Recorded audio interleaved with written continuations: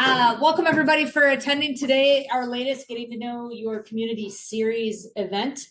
Today we're very excited to have Andrea Oyuela. Darn it. So close. I was practicing on the way here. We're excited to have her today to continue our conversation on different populations in our communities that we want to get to know more about. And today we're focusing on our Hispanic and Latino cultures. So we're really excited to have her here with us. A couple things before we get started. Just a brief note, this is hosted with the support of NTC, our wonderful partners in education, as well as the Wisconsin Department of Health Services, which help fund our event today. A couple other things that are coming up, just a very quick note. We will be having a Suicide Prevention Day on September 27th. It will be here. We're also going to be live streaming it to all the different NTC campuses, as well as online via Zoom, as well as will be recorded to be posted onto our YouTube channel. Today's event also will be recorded for our YouTube channel. If you search at TCHDWI, you'll be able to find it there. Hopefully we'll get that up within a week or so. So we have an event coming up on suicide prevention, 90-minute segments, 5 different groups or topics. You can find that information online. We'll share it out as well through the networks. And there's going to be a movie showing, which is also going to be a free event on Thursday, October 12th. This movie is still up in the air, but I just wanted to kind of get it on your calendars. This is part of our Supporting Healthy Aging group, is helping to support this event with Hemer Pickering at 1 o'clock at Broadway Theater. So just a couple things that of note. So I just want to make sure I get those things out there to you guys. With no further ado, Thank you. I turn it over. Good morning, everybody. My name is Andrea Oyuela, and it is my pleasure to be here. I was in San Francisco last week, and I told my husband that my Wisconsin bubble was burst very dramatically after seeing everything I saw there. And I was very happy to come back to Wisconsin. And I've been living in Wisconsin for 15 years. And I remember my first years were awful because of the weather and the lack of diversity and lack of things to do, because I didn't know what Wisconsin was all about. But now that I go to different states, and when I go to different states, especially this one, going there was a very a good reminder that I'm happy to live in Wisconsin, and I don't really see myself living any other place for now. So anyway, I have been a community advocate for 15 years, and when I am asked to talk about the Latinx, Latino, Latin, Hispanic community, for me, it's a very humbling experience, because I don't have the all full answers. This is based on my experience as a Latina myself, and it is also an experience based on the interactions I've had with the community and seeing the dynamics in between the different agencies that serve the Hispanic population in the area. This is a very particular area because it's very rural, and it is easily to become, as a minority, more isolated and become more vulnerable, and in many ways. But we will talk about that as we go. So I wanted to start. I don't really know why I put this here, because I'm going to talk. This is the agenda. We're going to talk about a lot more than this, but this is basically what we really want to talk about. Some history to understand since when and how, and the reasons why the Hispanic population has been settling in this area. And then we're going to talk about data. When I was doing my master's degree, one of my professors said, just remember, Andrea, data is life. Nobody is going to tell you that when you present data, nobody's going to tell you otherwise, which I kind of disagree, and I'm going to tell you why later. But we're going to talk about cultural beliefs, acculturation and assimilation, and how that affects our health and our interactions with others, and just in general, some information. And then we will have time to talk and to answer questions if you have some. Again, this is just a quick introduction. Like, for example, the words Hispanic versus the Latinos, right? Like the Hispanic word refers to the language we speak. So this covers all the Spanish speakers, which includes Europeans from Spain. And then the Latino, Latinx, Latine, word refers to where we come from. This covers all Latin Americans and the Caribbean, and not necessarily we all speak the language. We don't speak Spanish. For example, Brazilians, they speak Portuguese, but they are considered Latin Americans. And I personally believe that the Latin word really covers more or touches our culture more than the Hispanic word, because that where we come from is where our roots, our cultures, our customs come from. So we'll talk about acculturation later. I don't even know, that's not a good definition, but it's there. And we're going to talk about the history. And again, this is just to see and learn how Latinos or Hispanics came here and why did they stay. You know, when in the 1910s, we started seeing Mexicans, most likely Mexicans, coming to the fields to work in agricultural labor. And from the 1920s and the 1970s, we saw a very, very important number of migrants settling here, and they all came to work in agricultural work, the vast majority. In 1950s, the census started showing some Puerto Ricans arriving. And from 1951 to 1964, that's a very, it's a very important, those are very important years, because that's when, in 1942, the Bracero program, which Bracero in Spanish refers to manual laborers, was established in the country. And this was an agreement between the Mexican and the US governments to facilitate foreign workers to come and work in our fields. And this was during the war, so there was a huge shortage of workers, and they did this to not allow our economy to sink. So many workers came, and just superficially, the agreement would guarantee a decent salary, decent housing, and their ability to send their earnings or part of their earnings back to Mexico to help their families. So that is what it started, and there was a massive migration of workers here. But of course, like everything, there were people that did not like this, and because they were claiming that the foreign workers were taking away the Americans' jobs. So this sounds familiar, right? Because to this day, this is what we continue to hear.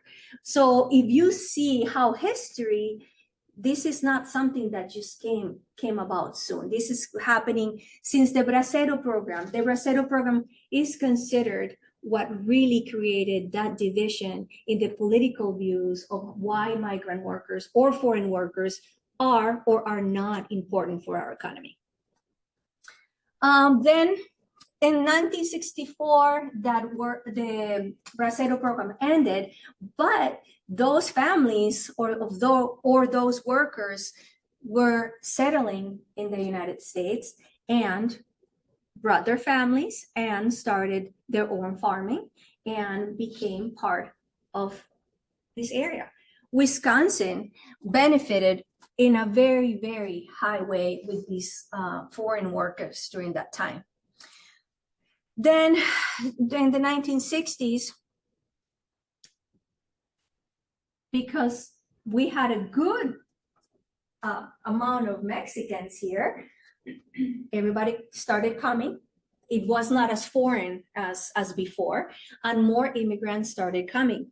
And our economy has always been more solid than any other country in Latin America. So that has always been very attractive.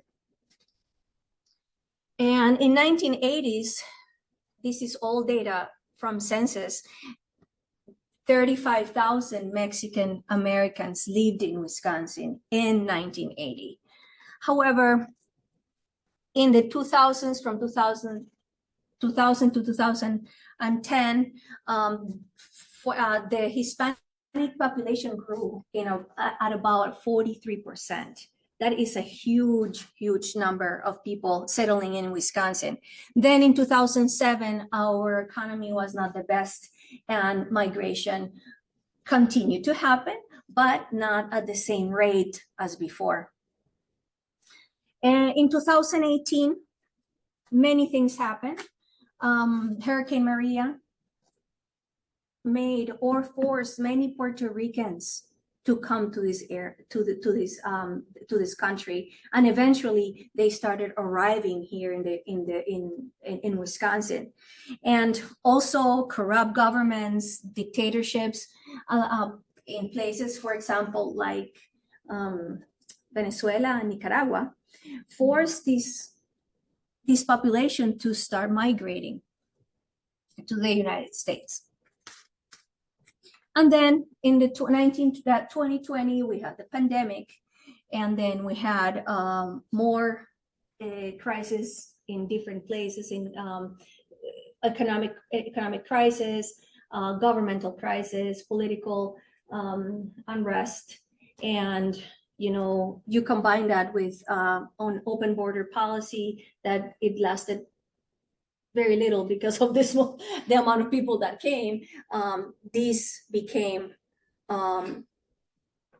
3 years have become very important in the migration of Latin Americans.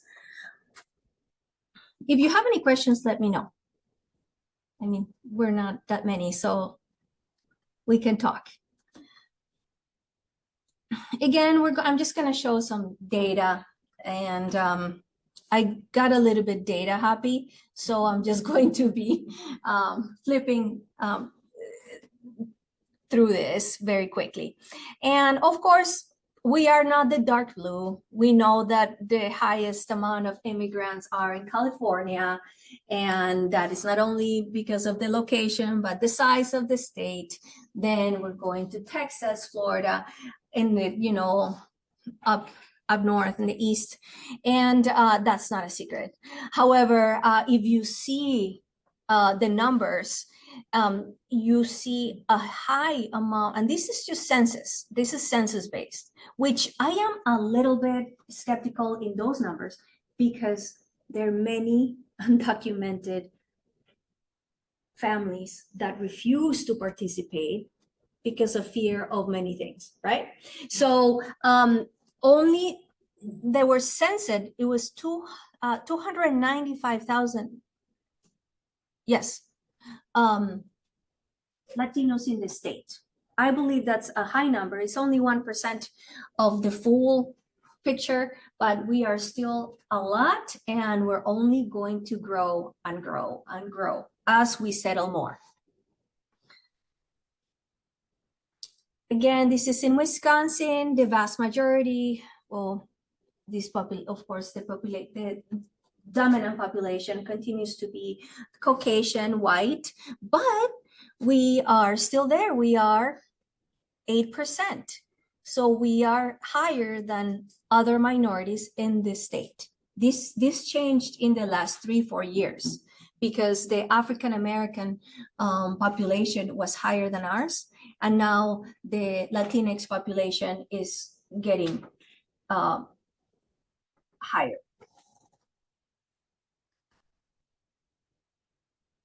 This is another happy data.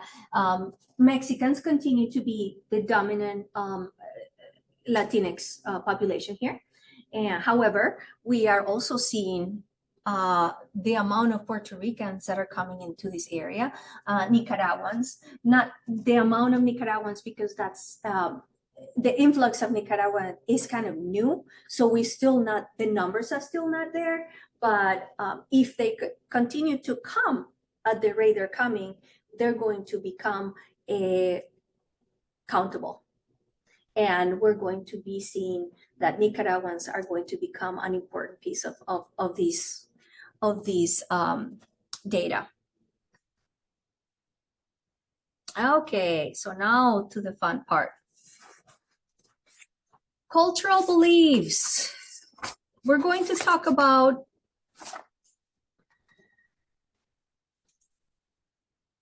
what we are, who we are. And again, when I offer this information, this is not the one and only.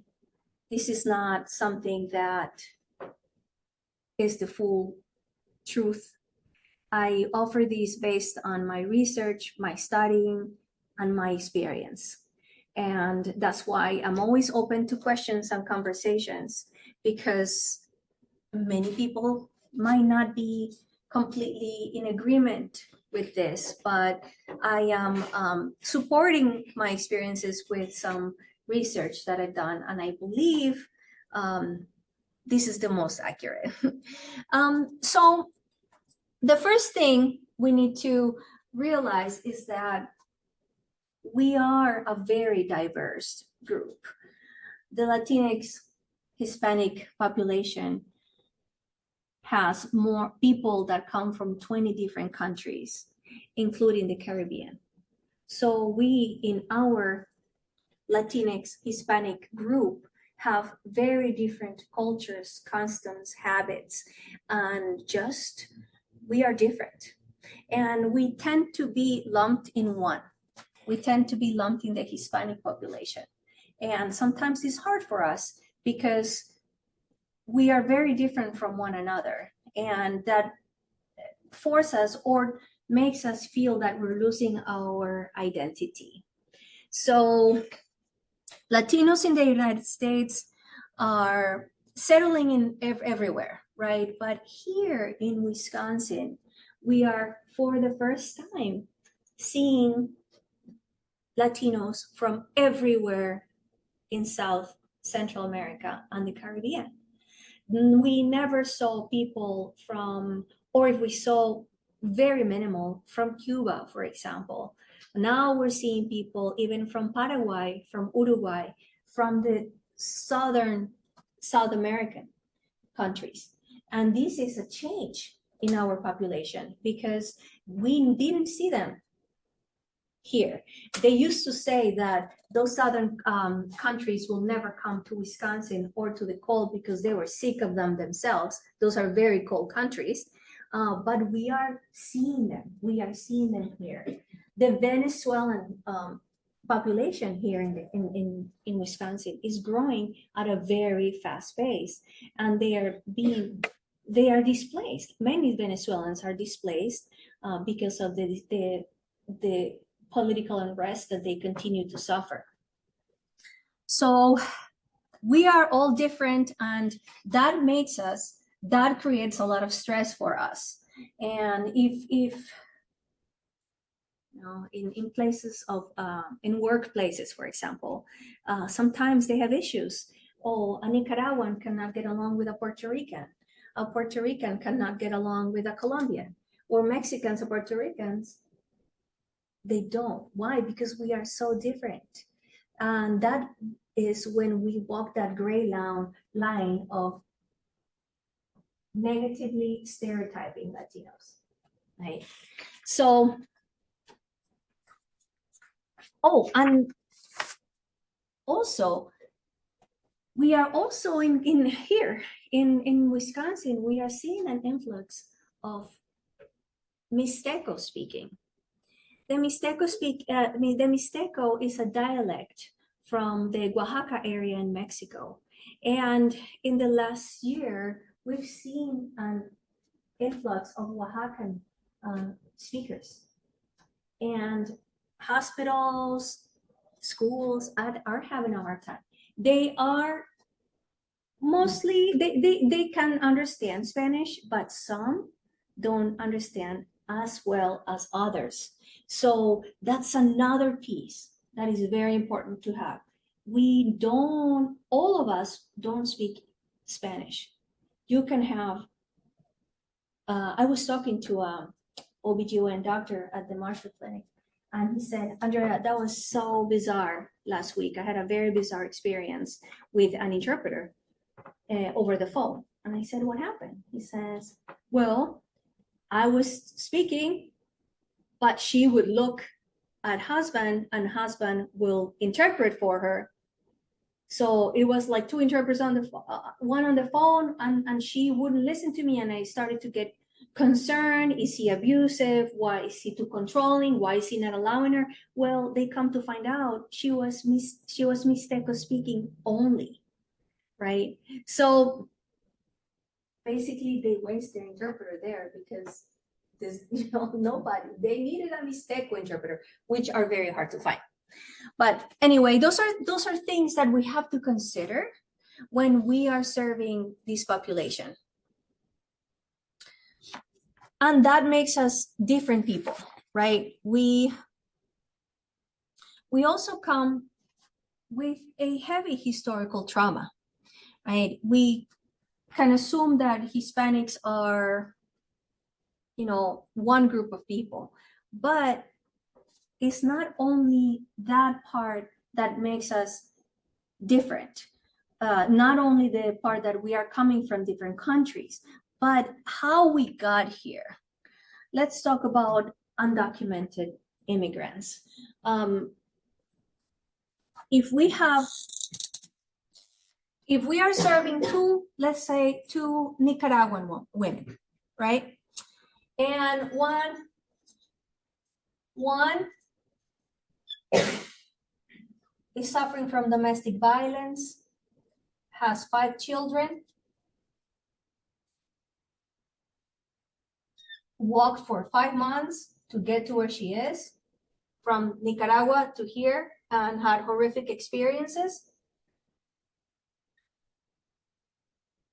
She was probably sexually assaulted.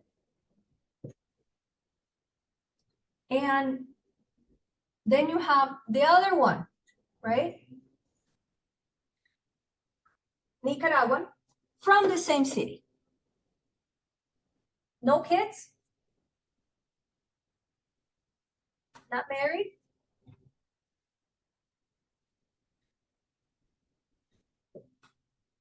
She flew here but overstayed her visa.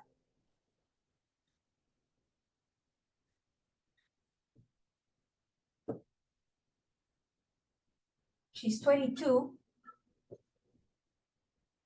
Those two women are going to act very differently, are going to react very differently, and trust building with each of them is going to be very, very different. Why?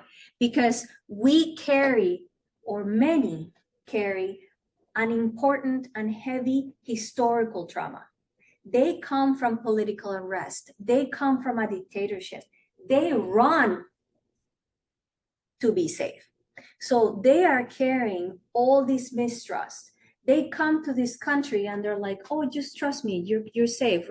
It's not that simple, right? So we need to have this into consideration when we are serving people, because it's not as simple as you speak Spanish and I'm going to give you this information in Spanish.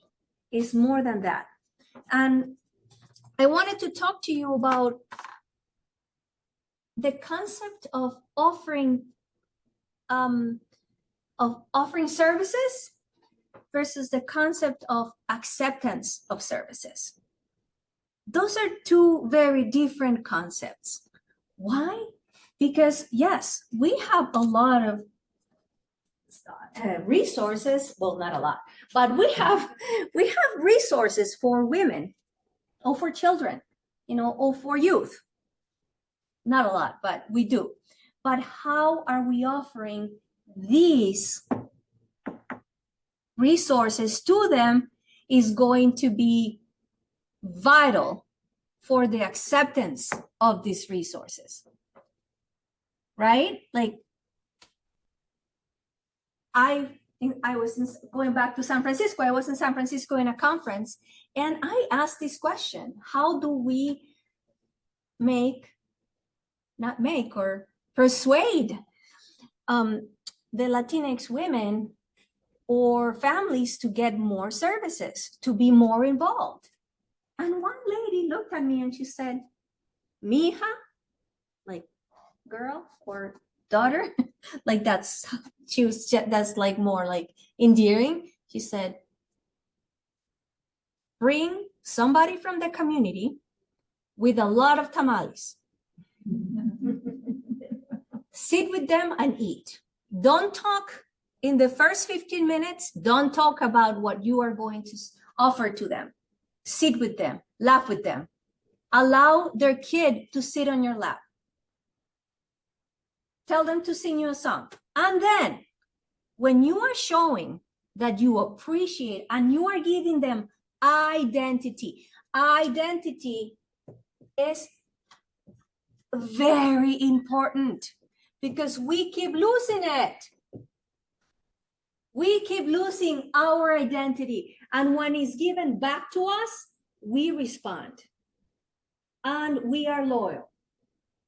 So, what's your name? Crystal. Crystal. I don't know what you do. What do you do for a living? I'm interning at Seven Sons. Okay. So let's say Crystal goes to a family visitation. I don't know. I'm making this up. And if you present yourself, "Hi, my name is Crystal. I just came to give you this opportunity. Are you feeling well? Yeah. Are your kids well? Yeah. Is there anything I can help you with? No, I'm okay. Thank you. Bye-bye." Right? She offered services. Done. But was it acceptance of services? No, it wasn't. Because we didn't offer identity. And if you offer identity, and if you offer that you care that they are who they are, that's going to make a very big difference in your job. I don't know what you do, but Okay, so I have a question, and I'm coming from a place of trying to understand. Uh-huh. So, me, a Caucasian person, Italian, and I want to have acceptance of services, and I want to give identity. If I'm working with the Latinx population of Taylor County, and I want to make foods from that, and actually sit down, like the example that you gave, like tamales, okay? Is that okay? Like, is that something that is wanted? Because I'm trying to understand and see how it would fit in a rural area. Like, how would I do that? well, the first thing you need to ask is your supervisor if it's okay. Okay. And then I need examples. it is okay. It is okay, because we don't want to lose identity anymore, right? And Latinos, we are proud. But we are proud not only to be Latinos, I am proud to be Colombian. And my Mexican friend is very proud of being Mexican, right? And we love to share. We love to be seen, right? So I gave that example because it happens in many instances. I'll give you another example. First generation Mexican girl, 14, 15-year-old girl, comes to Health First. She is completely, utterly scared. But she's not scared necessarily because she's pregnant, but she's scared of how her parents are going to react, right? She doesn't see the future. She doesn't see this pregnancy. She does, and you sit with your questionnaire. When was the first day of your last period? Oh, I don't remember. I think it was maybe 2 weeks ago. I don't remember. Okay. It's like, I don't know, all these things that are asked. And do you go to school? Do you have truancy problems? Do you have health insurance? Right? It's like, are you in contact with a social worker? No. Do you need something? What do you need? She's gonna be like, I don't know what I need, right? But if you look for acceptance of services, you are going to sit down because you are culturally sensitive and culturally competent. You are going to say, what is it scaring you the most? And you'll be surprised. My brother, I'm very scared of my brother. Like, but your brother doesn't, he doesn't govern your life. Well, he does, right? Because dynamics in the Latino culture are different. And we're going to talk more about that. So, before we move on, there's a question that came through regarding interpreters. And it is, when inquiring when someone needs an interpreter, is there a way that would be most helpful to ask if they only speak a specific dialect? repeat that. Say that again. When inquiring if someone needs an interpreter, is there a way that would be most helpful to ask if they only speak a specific dialect? Well, the way I would ask is like, do you need an interpreter? What language? Right? That's an open-ended question, and you're going to allow that person to say Spanish, Mixteco, Portuguese, right? So yes, that would be the answer. I will make this an open-ended question because you cannot assume. Assumptions are bad, right? Because just because you're looking at somebody, oh, this one speaks Spanish, but maybe they don't. So maybe open-ended question is, what language do you need an interpreter? Yes or no? What language, right? So this is just some facts that I found that make me proud, and I wanted to share with you.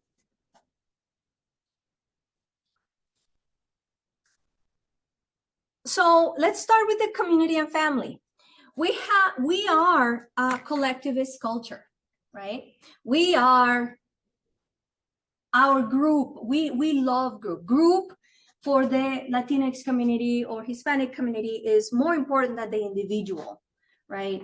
Our families are very important. The influence of our family and the elders in our family are huge, right? So it is not uncommon to offer services to a Latina, and she'll say, I would have to ask my parents. And you look at her as like, you're 30.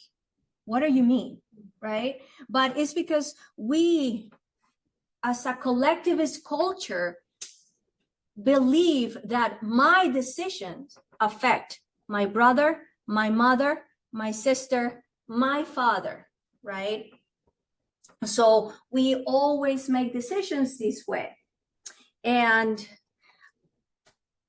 years ago, I wrote a grant to work with battered women to increase communication in between teenagers and battered women. So it was 12 sessions, and it was activities in each session. The first session, I invited people. I didn't know who was going to show up. But when you read battered women, well, you're like, only women. Well, what happened? I had donuts and cookies and juices for women and children, and I was expecting maybe 25, 20. Well, I had over 60 people. Why? Because they came with husbands, uncle, grandpa, and I felt like a failure as a Latinx, as a Latina, because I should have known better. We carry each other, right? So decisions in health, decisions, financial decisions are all, we believe that my decisions affect you, even buying a car, right? I was talking to some employers, and it's like, why do they call out so much? They say that they don't have babysitters. And I said, let me tell you something. Do you know who their babysitter is?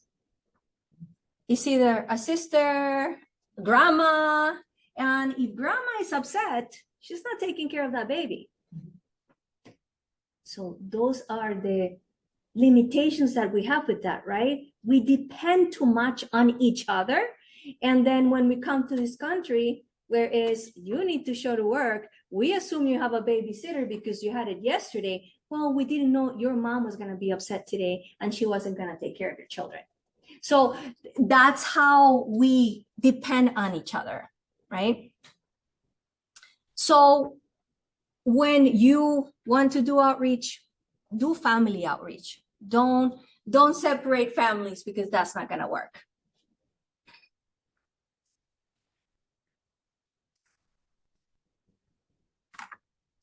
Faith and religion. Oh, before I start with this one, I also wanted to share the importance of motherhood, right? In the Hispanic community or the Hispanic population, we as women were born to be mothers, okay? Is instilled in us, is something that we carry from generation to generation to generation. Doesn't matter how well educated or how wealthy your family is or how rounded your family is. Motherhood is the number one thing for Hispanic women. So motherhood, or that love to your kids and your responsibility to the family or the family unit, can prevent women, of course, immigration status, financial burden, and also that strong feeling of motherhood can prevent a woman, for example, to leave an abusive relationship, right? Emotions come first, and that is like a responsibility that was inherited to us to be the best mothers possible. Also, sometimes can limit us when we have to make decisions of freedom, like freedom of domestic violence, for example. I just wanted to share that with you because you will see a lot of moms carrying all their babies. Even you don't have to carry all your babies to the bathroom, but is that strong. Faith and religion is important. Religion, the God and the evil are very important, and there are is very important in our culture. And again, our history, we were colonized by Spaniards and they brought religion to our countries. So yes, if you want to outreach, I think successfully, we need to connect with churches. We need to know who is the father or the pastor or the Jehovah Witness leader, or you name it, that speaks Spanish, right? Or have that information with you, because if you are going and you visit, I don't know if you visit, but let's say if you are serving a Hispanic family, it's okay to ask. It is important. How is your spirituality going, especially for newcomers? How is your spiritual life coming? Do you want to visit a church? What religion do you profess? That would be received very, very well, because religion for us is very important.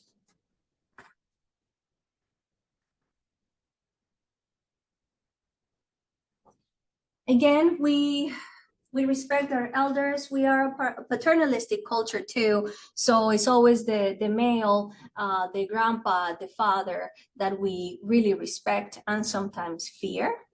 And many families make decisions only if they are accepted by their elders.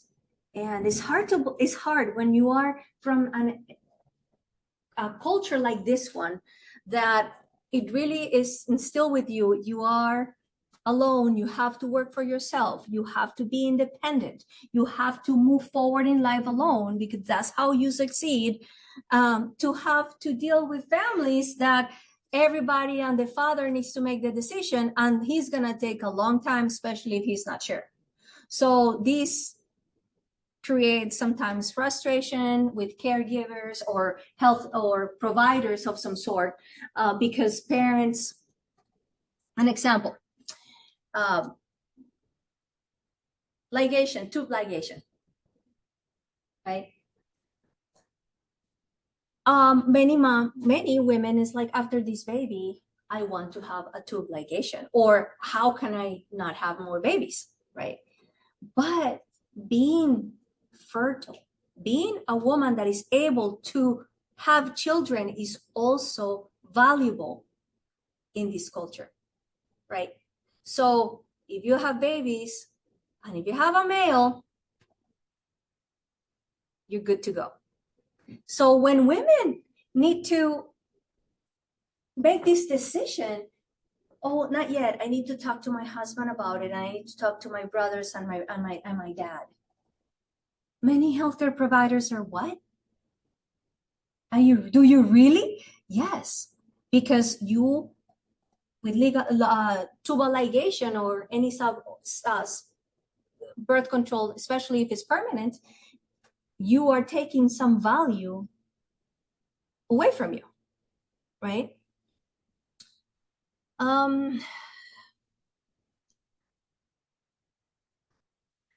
Okay, so here I wanted to do a quick exercise with you. And I'm going to talk about the importance of interpreters. So I'm sure you have your phone there. I would like you to look at this. Okay. It's on the board. To your right.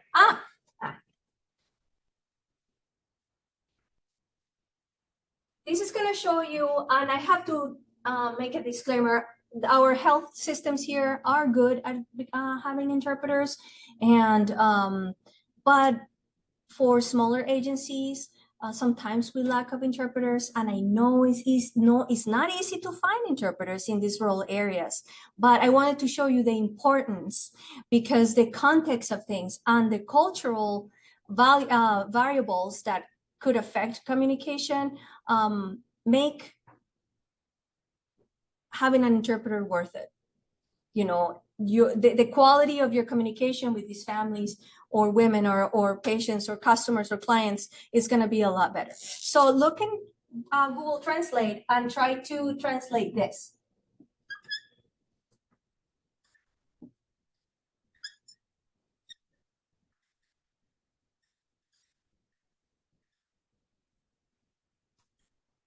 Ojo de pescado.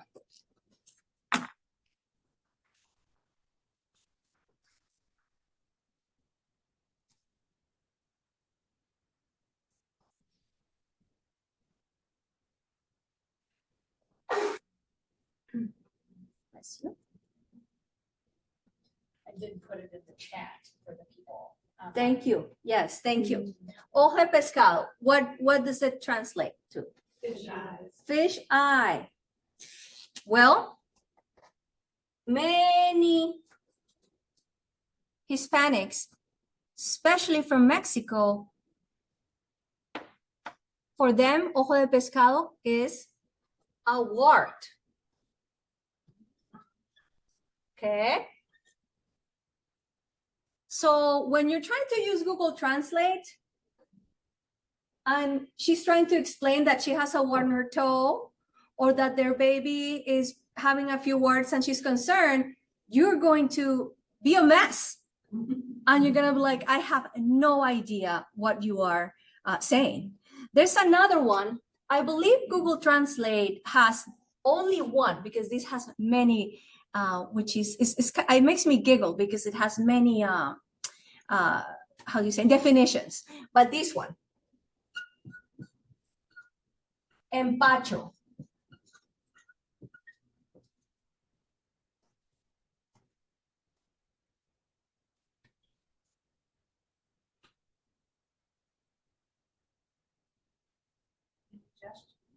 Right, so that's the one that everybody, that empacho, Google recognizes empacho as indigestion. But empacho could mean many things. Dislocation of bone, problems with sleeping. I'm here because estoy empachado y no puedo dormir. I have empacho and I can't sleep. I mean, if you don't have an interpreter and you're trying to guess what they're saying, so that's why the interpreters are important, because interpreters are not only the bridge of communication, the verbal, but they also apply to nonverbal and cultural communication, which is very important. And the other one is mal de ojo. This is the third one and last one, mal de ojo.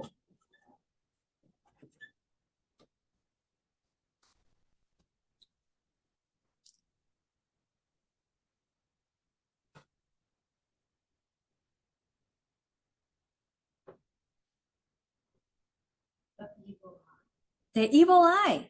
So if you go to the ER and it's like, I think my kid has mal de ojo, and you're using Google Translate, that's it. He has evil eye. And what are we going to do about it? Right? Well, no. Evil eye, mal de ojo, is, it refers to the beliefs that when you feel extremely tired, you cannot sleep, you have muscle pains, you are not hungry, you are anxious, it's because somebody is looking at you with jealousy, right? So this is many times cured with passing an egg through your body, right? And I don't know if you've seen, but many Mexican little ones have the red the red bracelet or whatever they put it, and that is to prevent mal de ojo. But those are merely cultural beliefs that are real, and we must take into consideration.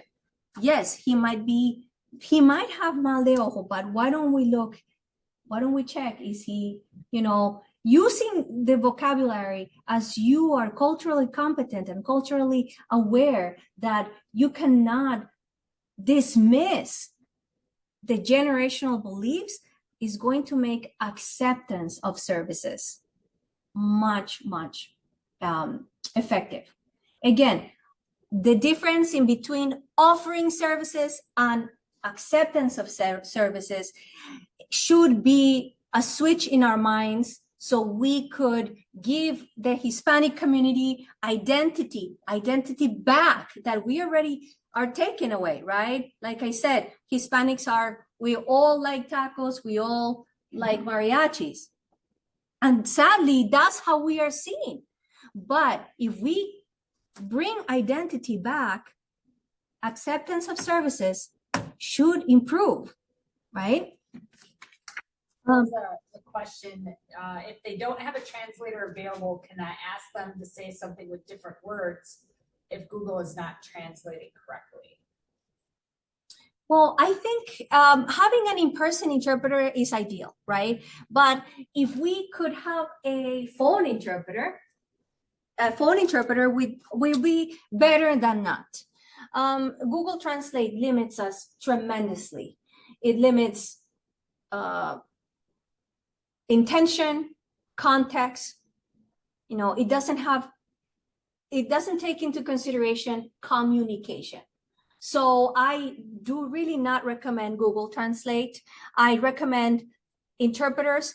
I know they're not easy to find, but even over the phone would be better than having your Google Translate. Okay? Tony, one of our participants online, asked if he would be able to add something. Of course.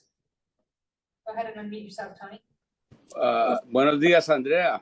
Buenos días. This is Colombian to Colombian, so we understand culture right there. No, just like Andrea says, it's essential if you're going to build a good relationship with a client in particular, because if as you're doing services, it's not just a one and done, but something that is ongoing. That for that relationship, if you don't speak the language, you are able to establish an interpreter that can be there with you, and that would help that communication greatly. And on what you're saying right now, sometimes if there's not an exact word that you can say because of cultural difference, even within Spanish, what you can ask to do is describe what you're talking about, rather than using just the word, a description of what they need. And even the interpreter can use that also. He or she doesn't have a word, describe what the meaning is, and that helps a lot in this kind of relationship with clients in the area that we work on. So I just wanted to add that. So we will continue. We are very expressive group of people. We like to hug, and we like to say, "How are you?" And we, of course, we saw you last week, but it doesn't matter.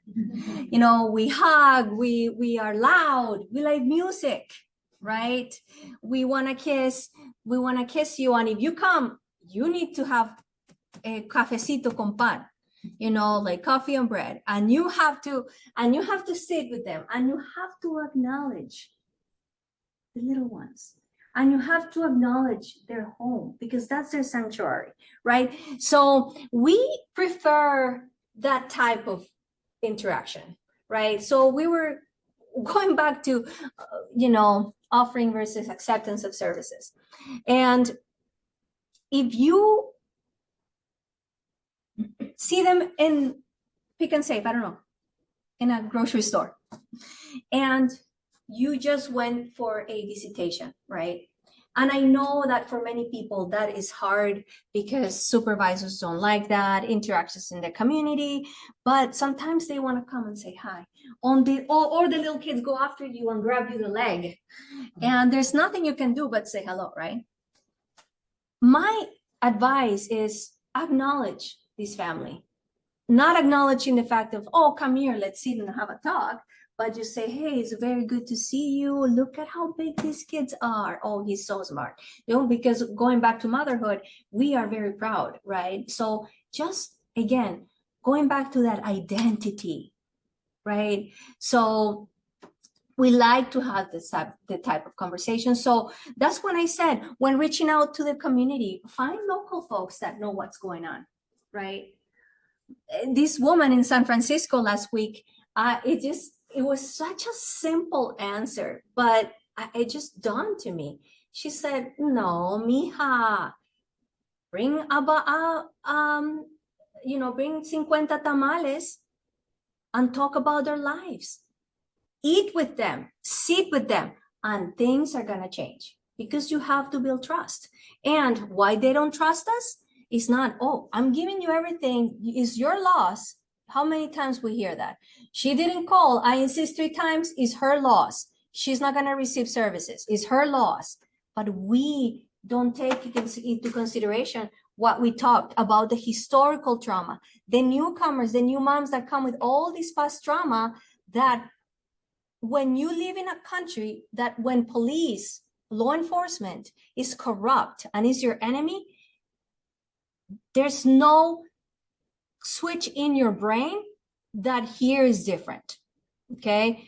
And add the immigration status, right? And add the fear if she's in a domestic violence relationship, where the most common threat is that for an undocumented victim is that they're going to be deported, right? So you need to really connect with them culturally, if we want to call it one way. So I would connect with somebody that is local, that knows what's going on, and churches, right? And just offer something that gives them identity. So from what I'm reading and from what you're saying, it sounds like more actions are valued over the aesthetic of what you are. Correct. Yes. Interpretation of that? Yes. We also loyalty for us means something very is very connected to emotions, right? You served me in 2010 and you were so sweet to me. When I see you again, I will make sure I will acknowledge that you did this for me. So gratitude is huge. You know, we are loyal to those sentiments, and that is also should be valued, right?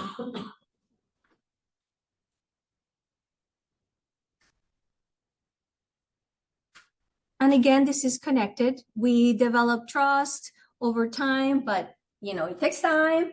And because again, we come with a different baggage. Why would I have trust in a public nurse if I lived in Honduras and they treat me so poorly, right? Why would I trust a police officer when I was in Nicaragua?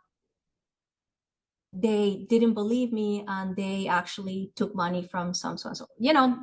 So we have to stop a little bit and say, wait a second, they don't have my background and they come with a heavy historical trauma that makes them who they are, and that takes the trust away, and we have to rebuild that trust here.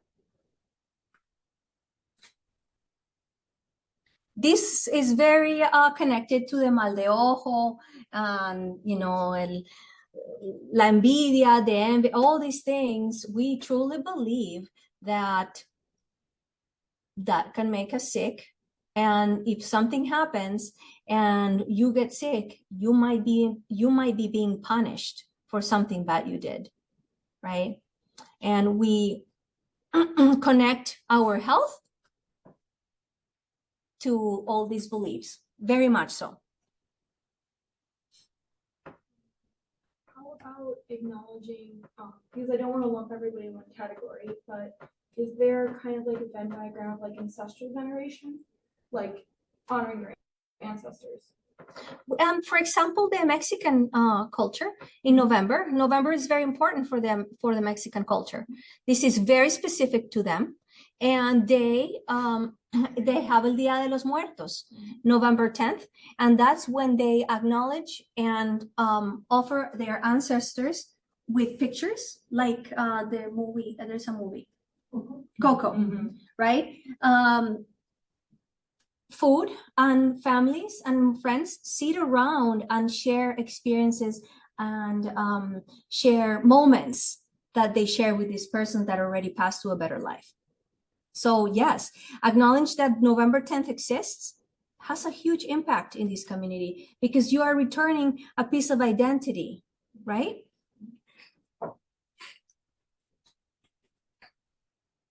Food. Food for us is very important.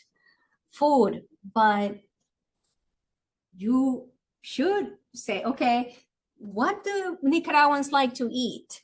What do Hondurans like to eat? What do Venezuelans like to eat? So we give that identity to all these little small cultures in our Hispanic population here, right? Because we are all very different, eat very different, and act very differently.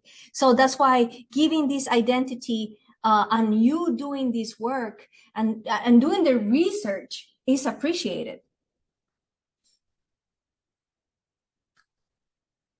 Quick question before we move on from that. One of the things that one of our participants brought up is there's just policies against people accepting food, that they can accept bottled water, but they can't even bring food along with them. How do you acknowledge the culture while turning it down? Oh, I brought you this food and it looks delicious, right? But unfortunately, when I am during my work time, I cannot eat. It's like, I'll take it later. I will take it for later. Take one with you. Take a piece with you, and then say, oh, it was delicious the next time you see them. Unfortunately, you cannot take some. But I wish that changes very quickly as we really if we really want to be culturally competent and culturally aware, for populations like the Hmong population and the Hispanic population, sharing food is vital, you know, and it is all sometimes it's taken as a disrespect or as you're not interested in me because you don't want to share with me a meal, right? So I really hope that when agencies are trying to be culturally competent or sensitive, this is a conversation that is had, because you're really limiting yourself.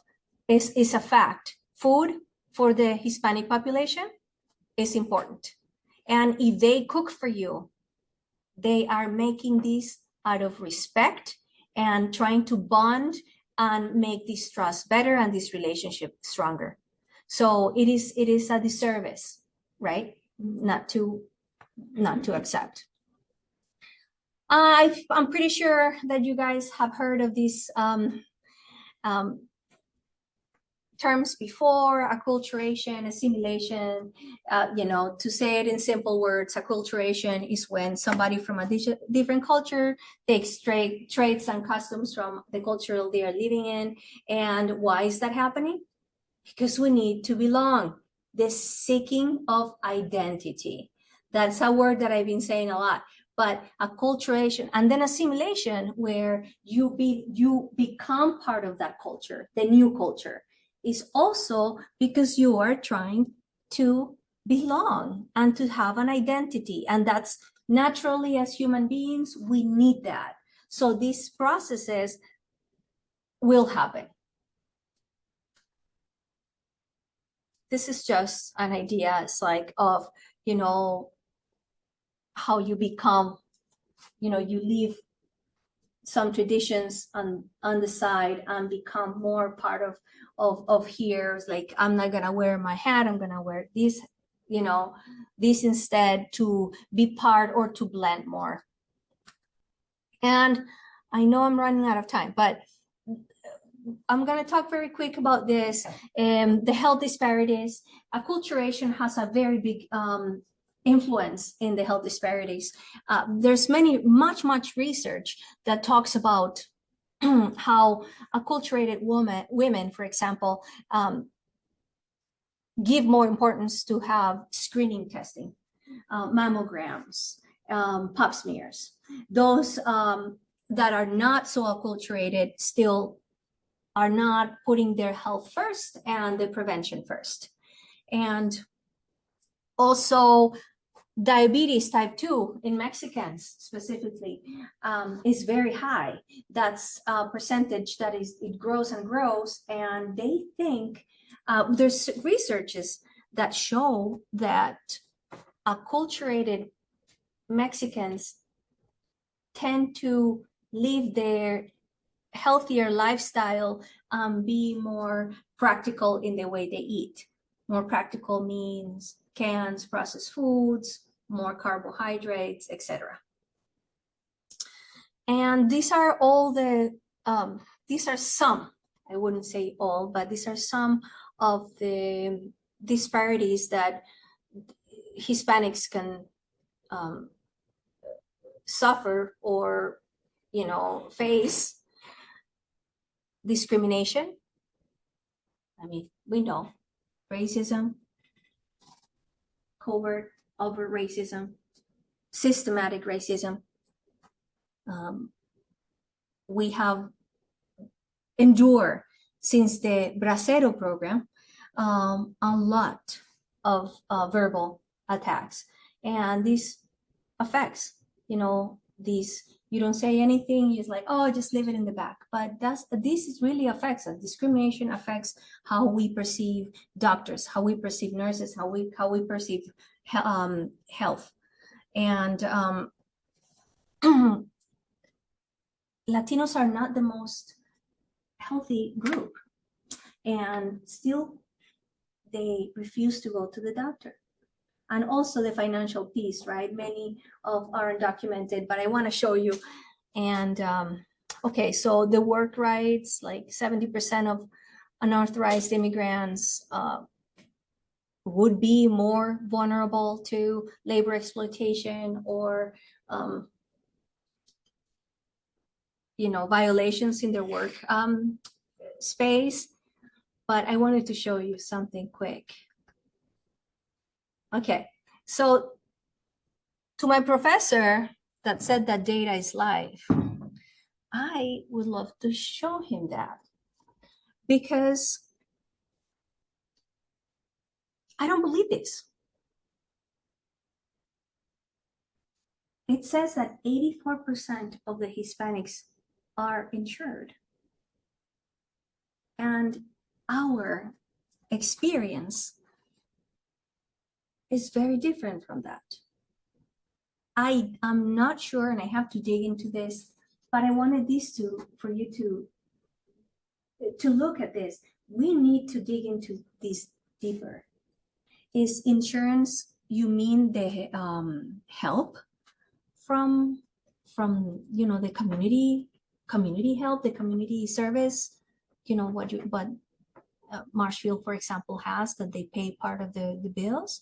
I don't know, but it is hard for me to believe that we have so many Spanish-speaking individuals insured. I don't know if this includes children or whatnot, but I will dig into this because I'm not comfortable with this. And these are more data that I don't know. I feel that is missing. It's missing a reality of the rural areas. But of course, the census is also very skewed because many people don't participate in the census, and the fear is there. So this is, more data. And like I said, I got very data happy.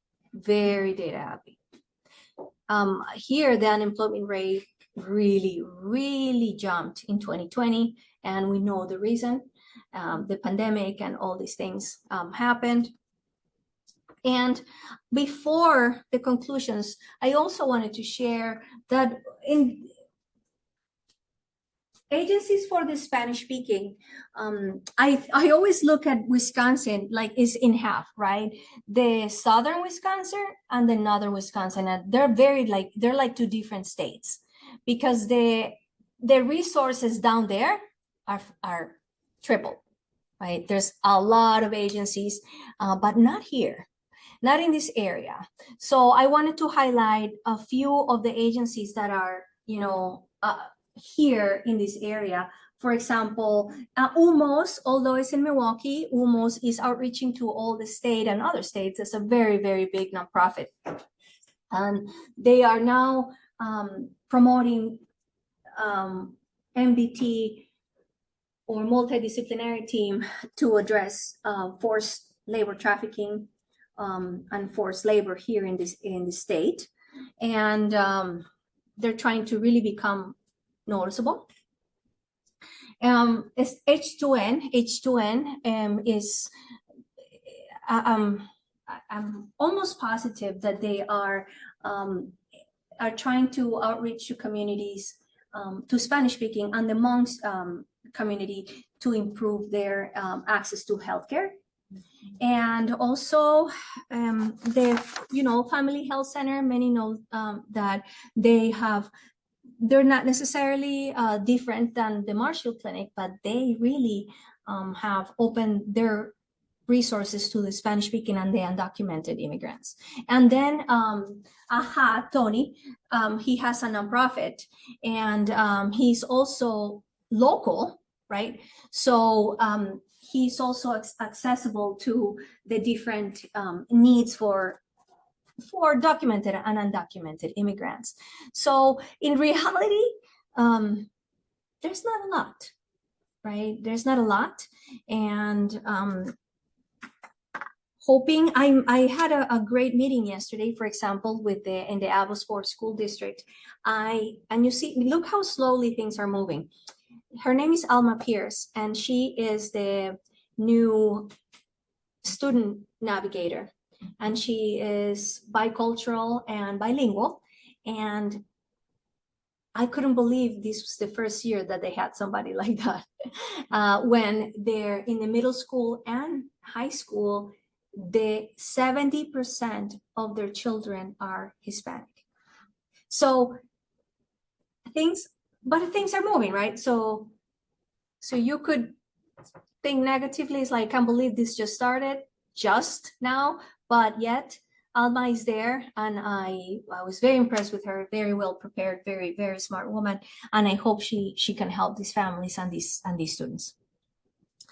And I think that's all for me. If you have questions, if you want to talk about something, let me know. I really appreciate this opportunity to share this with you, and I hope it was good for everybody. Thank you.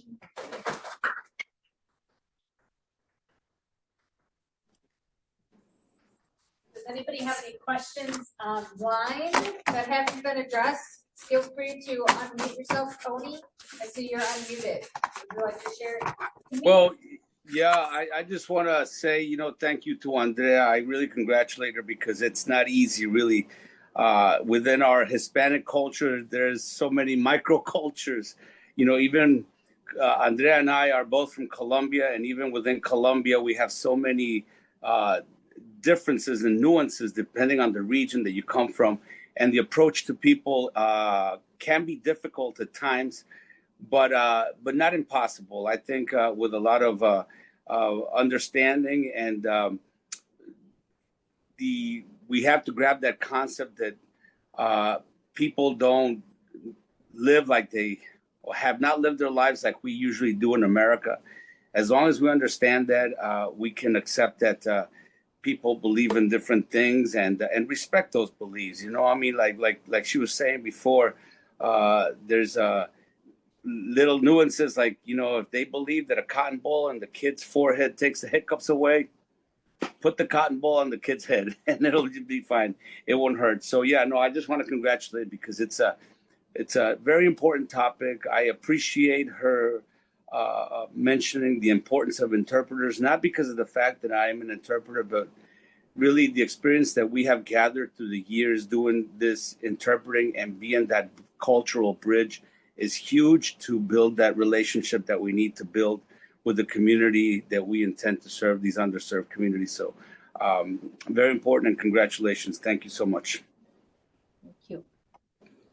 And just remember, offering services versus acceptance of services. Those are two different things. And I think that switches everything around. Thank you for your time. Thank you. Thank you. For anybody that's still with us online, are you okay with me sharing your presentation with? Of course, yeah. Okay, we'll Yeah. make sure that presentation gets available so folks can have that as following the event. We will record it and will be available on our YouTube channel, which I will also put into the chat for those that are still with us online. I know we had some folks drop off. And thank you for your time. Thank you. Grab a snack on the way out, everybody. Sorry, everybody online, you get no snacks. Bring your own. Will there be any more trainings offered by Andrea? Because this was wonderful. Leslie. We can certainly talk about it. Thank you, Perla. Thank you. I appreciate it. Perla, are there topics specifically that you'd be interested in? Not. We can think about them and Yeah. like send them to someone. I don't know, who would we contact? Yep, I'll The person that sends you the emails, you can reply back to her. Okay. Yeah, that would be wonderful then. Okay. Thank you. Thanks, everyone. Woo-hoo. Another round of applause.